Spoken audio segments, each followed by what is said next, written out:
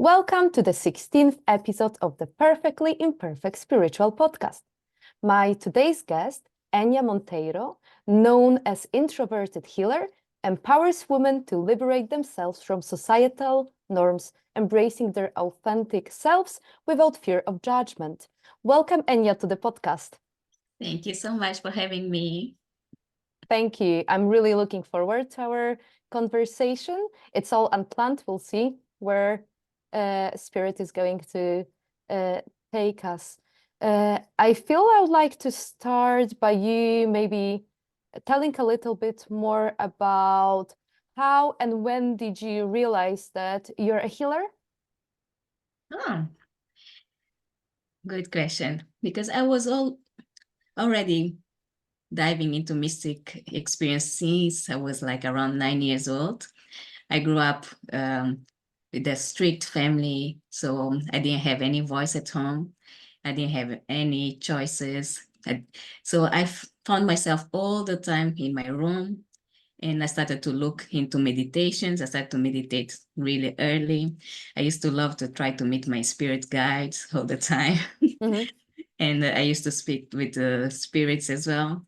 So I think started back then, but I didn't know that I was a healer.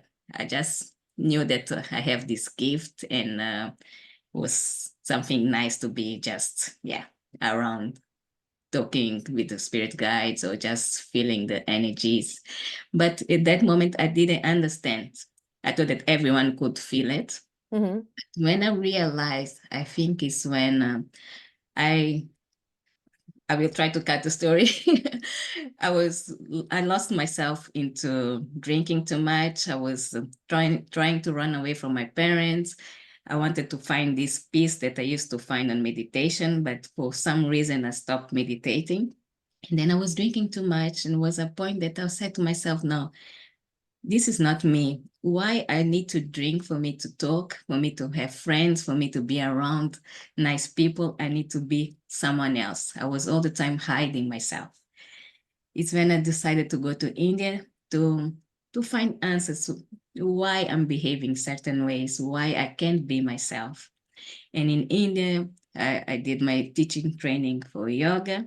And then I met a spiritual teacher there that taught me about Reiki. And when I felt energy for the first time, I was like, wow, this is magic. What is this?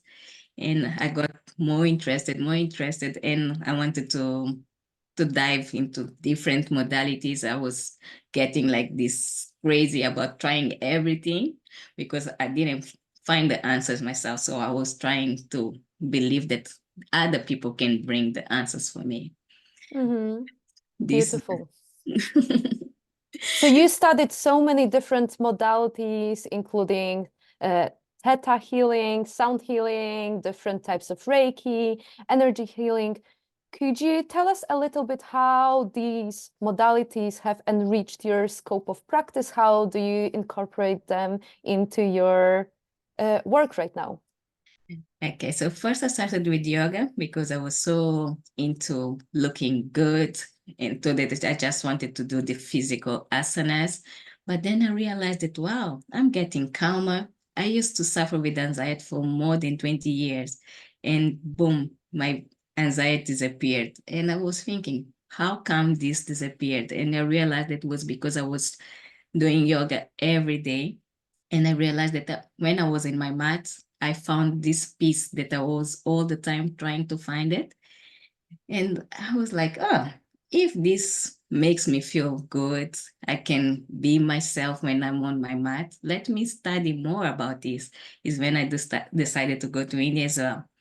Mm-hmm. And when I had experience as well with the Reiki and energy and the message that the spirit guides they were bringing, I was thinking, wow, this is just beautiful. So I'm not alone in this world. And it's just the beautiful part of spirituality, because all my years I was thinking that I don't have anyone. But now I know that I'm supported. I have always guides, I have angels always around me. Mm-hmm. Beautiful. And Spirit wanted to acknowledge, they're just telling me, It was so funny when we were trying to find a suitable date for the podcast, but also we pushed the time because both of us, we have our non-negotiables. Yeah, I had to go to the gym, you had to do your yoga, and it's so important. And I know it sounds, yeah, maybe not so important, but you have to really fill in your cup first because you're not going to be able to support others. And I know that you help women as well to learn to prioritize themselves so that they don't feel guilty, so that they don't feel that they're doing anything wrong. Could you talk a little bit about that? Yes, because I grew up without having a voice and not prioritizing my needs, but always trying to find validation from my parents. I used to say yes for everything, even when was a no for myself. And I suffered a lot with anxiety because of this, because I was trying to be this perfect kid. And I grew up, everyone around me saying, wow, she's so cute. She just stays, she just stays in a room. She doesn't make any noise. She doesn't talk. So I grew up thinking that this was the normal. So I needed to be like that for everyone to like me. And in my friendships as well, I was always trying to find validations. I was always trying to be that friend that does everything, even if I wouldn't have time, or even if I would sacrifice doing the things that I want, I would be there for the friends. I'm not saying not to do things for your friends, but to know when to say no and when to prioritize yourself. In my relationships, the same thing. I would be scared of them losing my boyfriend, for example. I would do everything just to please them. And when I realized that no, you are important as well. So you need to know when to say no. You need to have healthy boundaries. Is when everything's changed. Now I feel like I have more than 24 hours in a day. I have so much time for myself. I'm happier. And it's what I'm trying to help other women as well to put themselves first, because people will always judge you. Whatever you do, everything that they say so, or even if you don't. So it's better just to do things for your own sanity and take care of your mental health. Definitely so important. Well, for everyone, but for us, those who work for ourselves, there's always something we have to do. So it's so important to be able to prioritize ourselves, to be able to really prioritize what are the things that I really want to achieve and do on a particular day, and to be okay to postpone other things. And also, I think it's so important to be able to delegate responsibilities. Yes, And not to do everything true. ourselves. Uh, Yeah. good. Now that you said that, I'm thinking that when I don't practice my own things in the morning, I realize that things they go completely wrong. If I say that I'm really busy today, so I'm going to skip the yoga, or I'm going to skip the energy healing, and I'm going to jump straight for my computer, answer emails, and the day it's completely wrong. So I realized that no, you need to find time for what is important first, and then you skip to work.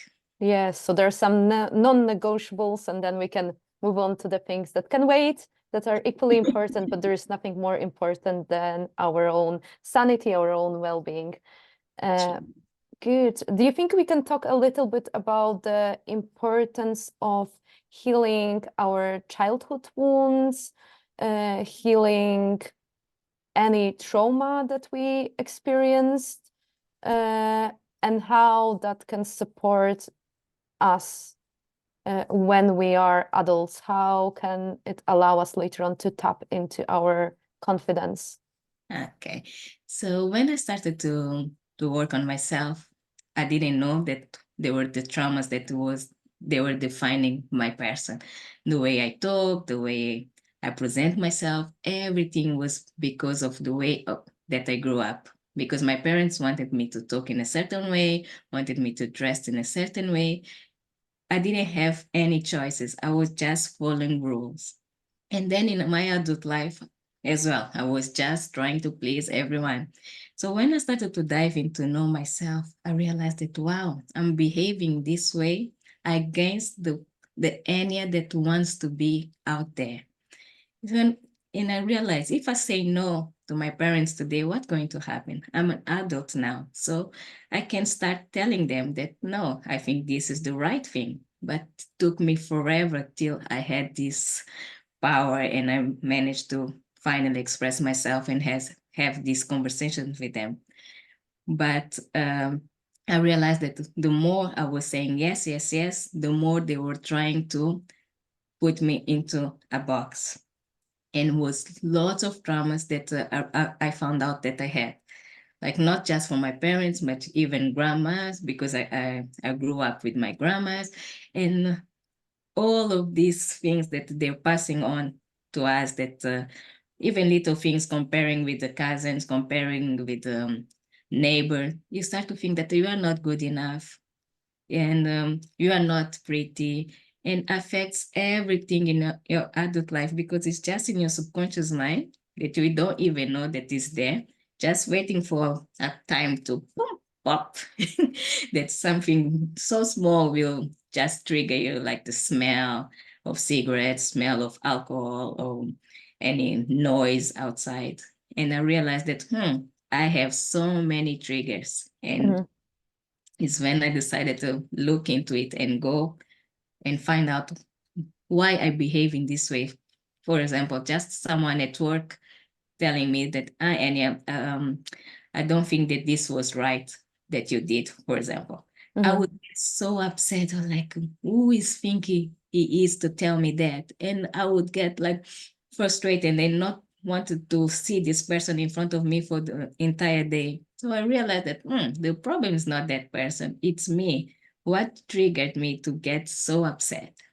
And even in my relationship with my husband as well, the same thing happens. I was all the time the one that couldn't say I love you, for example. He would say I love you every day and anytime. But for me, this word was so hard to say, even felt in my body that something is wrong. And the arguments, I was all the time finding ways to be upset with him so I could stay 2 weeks without talking to him. I didn't realize that I was being so toxic. But when I started to dive into know myself, I realized that, wow, all of these are things from my traumas that I need to heal. So now we have a better relationship. I can communicate better straight away when arguments come. So now I'm more open.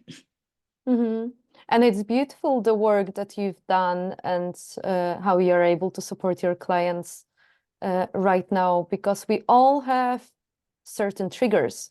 Yes. It's that awareness of the triggers, awareness of who we are, awareness of our childhood, of our past, that is able to support us on our healing, self-discovery journey. So I feel like that's so much important. I also want to acknowledge what it really means to be normal or feel normal, because being normal is relative. And if you are among a group of people and you don't fit in, you don't share their dysfunction, it is not normal for them. And as adults, when we leave our family home, we are actually able to consciously make those choices and find the right people who will be like-minded, who will actually lift us up. And so I think that's beautiful what you've managed to create for yourself and what you're doing with your husband. Thank you. Okay. Yes. Now, just thinking about what you said about being normal, not normal, because I was all the time trying to fit in boxes. I was just changing myself to fit in. But now I realize that no, I can be myself the way I want to be. And people around me, they will respect or they will just move away. And I'm okay with this because now I know that if I'm my own self, I just happier. I can spread love. I can be more useful than before. If I'm not happy, I'm going just to be all the time stressed, anxious, I'm not going to share love because I'm not going to be my true self. Yes, and it is so important to stand in our own truth, Yeah, and to know what we are yes for, what we are no for, and to embrace the fact that certain people will come and go out of our lives, and it is okay, and that we can actually make those conscious choices of whom we want to have in our inner circle. And for me, it's all about the quality of people as yeah, opposed to quantity. So I'm actually absolutely fine to let certain people go who are completely not in alignment, those who would drain my energy, who would make me feel not okay. yeah. I think it's it's a bit the part of holistic journey. It's a bit sad at the same time. I don't know if I say sad, but when you see that you're changing so much that even the people that were so much closer to you suddenly don't have the same conversation. You don't even have what to talk. If you've been on a call with this person, you don't even know what to say anymore. It's quite strange, but when it's not in alignment, as you said, we can't force it. Yeah. And being on a spiritual journey, it means that frequently we just walk on our own path. Sure. We do meet with certain people on various occasions, but we all have our own journeys. Yeah, And I think that brings me back to the importance of being okay with ourselves, being our own best friends, sure. and actually enjoy our own company. And I think you also help women, and you bring to their attention the importance of being present and the importance of being grateful for their lives. Could you talk a little bit about that? Yes, now gratitude is part of my daily journaling of my life and anything. I wake up, the first thing I have in mind is being grateful for at least three things. Normally it's 10, and I journaling every day before I go to bed as well. Just by you tapping into gratitude, you can feel your energy changing so much. That is the beautiful part of it. And I remember once I did the gratitude, it's from a book, Magic, Mhm. in the 28 days. The things that happened to me just doing that 28 days of gratitude, I was like, wow, this is proper magic. So Mhm. that's why I decided to incorporate this on my life. And I sometimes I think I'm repeating myself all the time, the same things that I'm writing. But then I tell myself as well, but yeah, I'm grateful for these things. So it's okay. And I can feel my energy changing. It's so beautiful the way you see life, the way you know that, okay, this person came to my life just for this reason. And now it's not anymore. So I accept better things that are changing in my life, even if they don't go in the right direction the way I wanted to. Now I understand that, yeah, I need to be grateful that I had the chance to learn and move on. There are always life lessons in everything. Yes. Yeah, and I do agree that being grateful for things in life, it's so important. I was a child actually when my non-blood related grandfather introduced me to gratitude.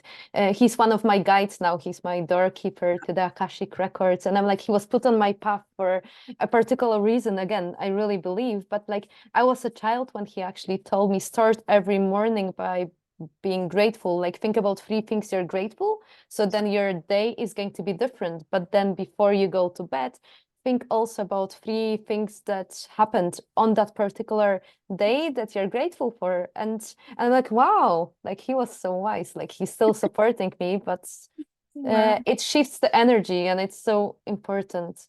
this is beautiful. Yeah. So, any other simple ways that people can transform their lives? Could you talk a little bit about that? First thing for me would be yourself, no matter what. Just be yourself. Okay. Second, prioritize yourself always. And third, make time for yourself. So prioritize. For me, it will be all around yourself first, but without ever hurting others. You're gonna be the center of everything, but not hurting others. This is the main thing. Mm-hmm. Yeah. So important. And how do you empower introverted women to embrace a journey towards self-trust?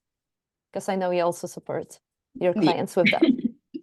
So normally what worked for me was because I was so shy, I didn't even show my face on my pages on Instagram when I started my business. I realized that, hey, if you want to help women, if you want to help other people, they need to know you. So I started to make some videos that I used to watch, delete, watch, delete. Mm-hmm. But it was a point that I said to myself that judgments will always occur in our life. So we need just to do it anyway. And we'll attract people that will like our energy, will like ourselves the way we are. So doesn't matter if and there is people that not gonna like you because it's normal. We don't like everyone as well. So it's fine.